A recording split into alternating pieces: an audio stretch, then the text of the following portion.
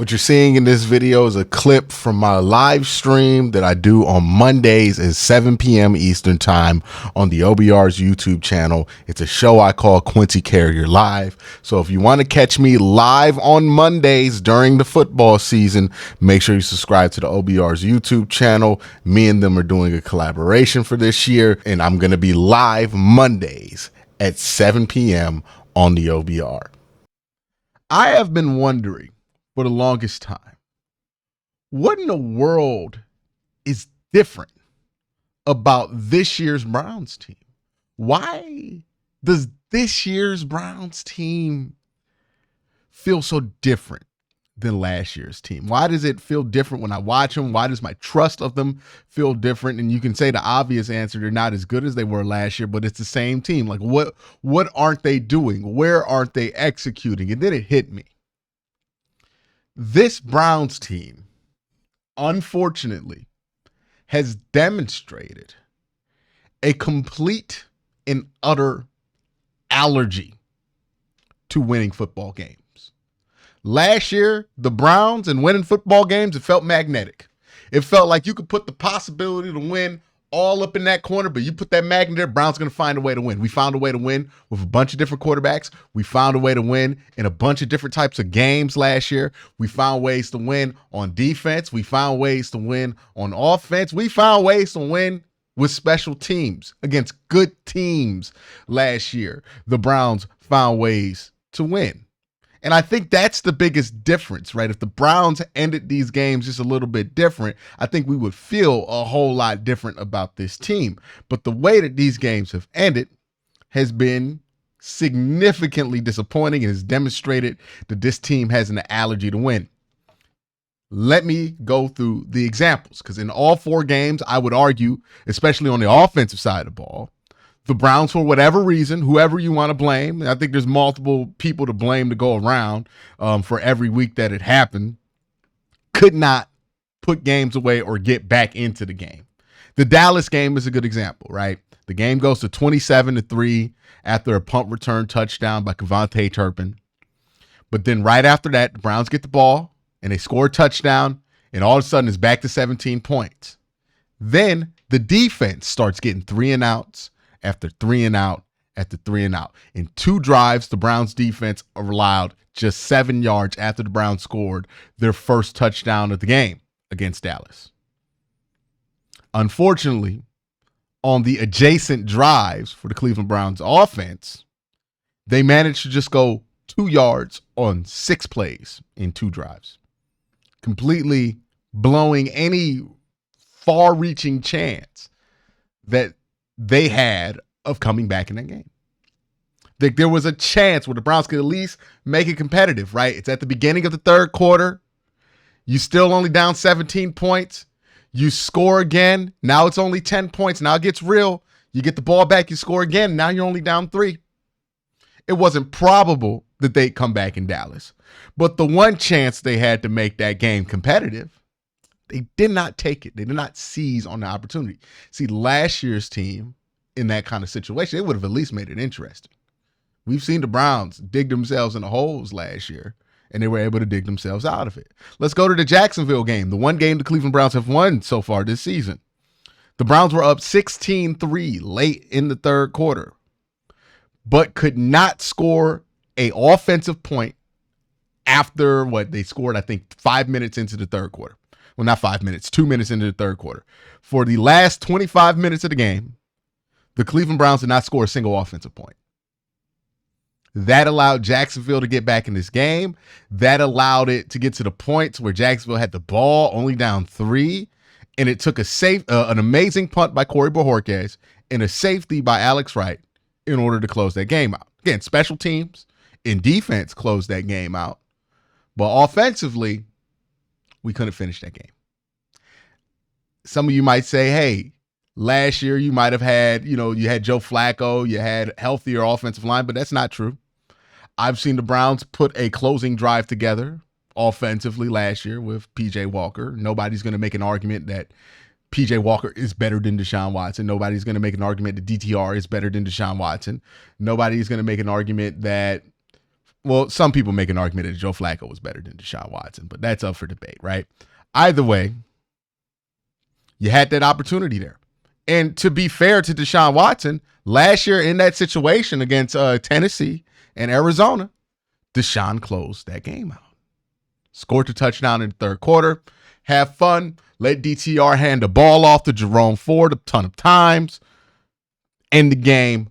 Boom, we're happy. We're celebrating. We're doing Victory Monday stuff. Browns celebrating, boots to asses. All that fun stuff that we like to do. But against Jacksonville, it got tight. No reason, right? You want the offense to be able to put points up. At least 19, maybe even a touchdown to just end the game there against an opponent that is proven to be bad in Jacksonville. They're still winless on the season. Let's fast forward to the New York game. Third game of the season. Browns bring this game back within one score. Offense gets the ball 3 times. Down 1 score. They can't get it done. 1, because Jerome Ford fumbles a handoff. The other 2, they go out on downs. 3 golden opportunities to come back into this game. 3 chances to seize for this Cleveland Browns team to get back into a game. All 3 chances wasted. Not just because one person played bad, right? It wasn't Deshaun's fault, in my opinion, that Jerome Ford fumbled that football. And, the other 2, like, it's debatable what was Deshaun's fault. We done went through this and argued all this stuff before. But everybody had a chance in the offense to make it so that the Browns would seize on that opportunity. And it didn't happen. Let's go to this game against Las Vegas. Same situation. Browns get a fumble return touchdown from the defense that brings this game back to 1 score. Now, unfortunately, you missed the extra point.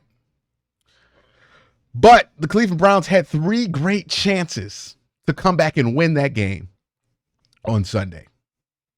You had a touchdown throw to Amari Cooper that got nullified because of a ticky-tack holding call by Nick Harris. It's unfortunate. Had a 3-and-out on the next drive. And then on the last drive of the game for the Browns offense, you move up and down the field.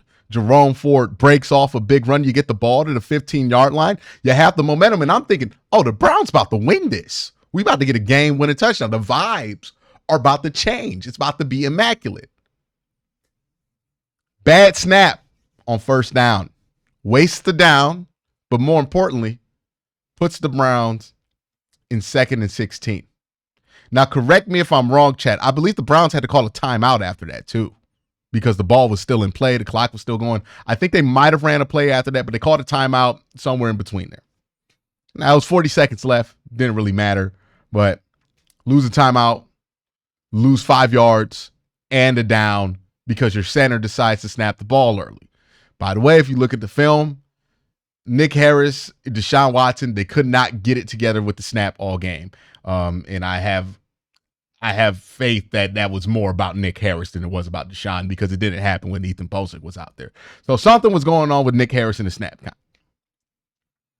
That ends up dropping you back 5 yards, losing it down, and it completely changes how you approach that drive.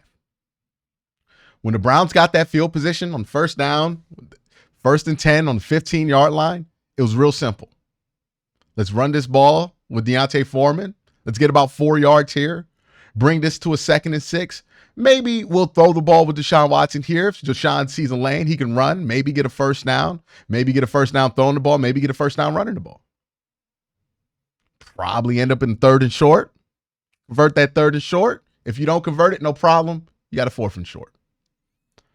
Instead of that happening and the Browns being able to score relatively similar to how they scored at the beginning of the game, which it looked like they were about to do, you get a 2nd and 16, and now you're working from behind the sticks, and you got a whole different set of play calls that you have to call. There was another opportunity in that game, not going to be talked about enough, but if you go watch my film breakdown on my channel, Quincy Carrier, youtube.com/Quincy Carrier, you'll see that Jordan Atkins was open on the out. Deshaun throws it. Unfortunately, defensive end gets his hands up, blocks it. Can't really blame that on anybody offensively. Defense just makes a play. Deshaun makes a good throw. You get it to 4th and 2. And then the play gets blown up. there are a couple opportunities you could have thrown, but it would have been a 50-50 ball at best. And then you look back and you think to yourself, damn, why couldn't we just get the snap right on 2nd and 6? Well, not 2nd and 16, on 1st and 10. Feel like we win that game if that snap doesn't go that way. We could blame it on the extra point. We could blame it on a holding call. There's a number of things we could blame it on. But the truth is, through 4 games, this offense has refused to close games or win games in critical moments. And I'm not blaming that on any one individual. I'm just pointing out that that is a trend. It's something that the entire offense needs to be accountable to. Not just one person, but the entire offense. This is as a unit, right? That they need to be accountable for this, because this is ridiculous.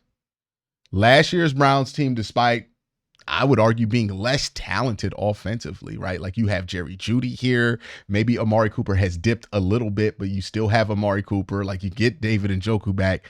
You have talent on this offense. And you can't finish these games. You can't put games away.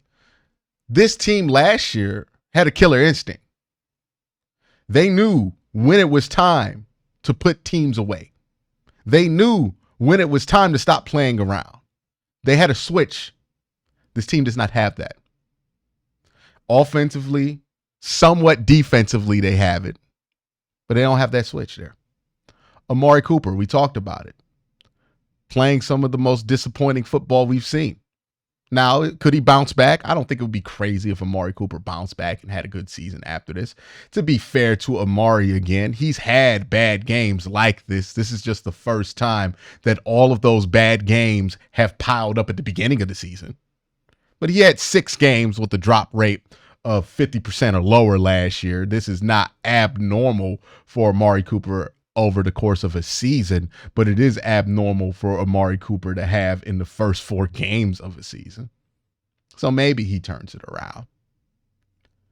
But last year, with no matter who was out there at quarterback, no matter who was out there at wide receiver, no matter who was out there at tackle, no matter who was out there, period, this Cleveland Browns team knew how to win. They knew how to seize on opportunities for the most part. They knew how to play themselves back in position to win. And this year, even with their starting unit, I see a team that has to learn that all over again. I think that's the most frustrating thing about watching this Browns team.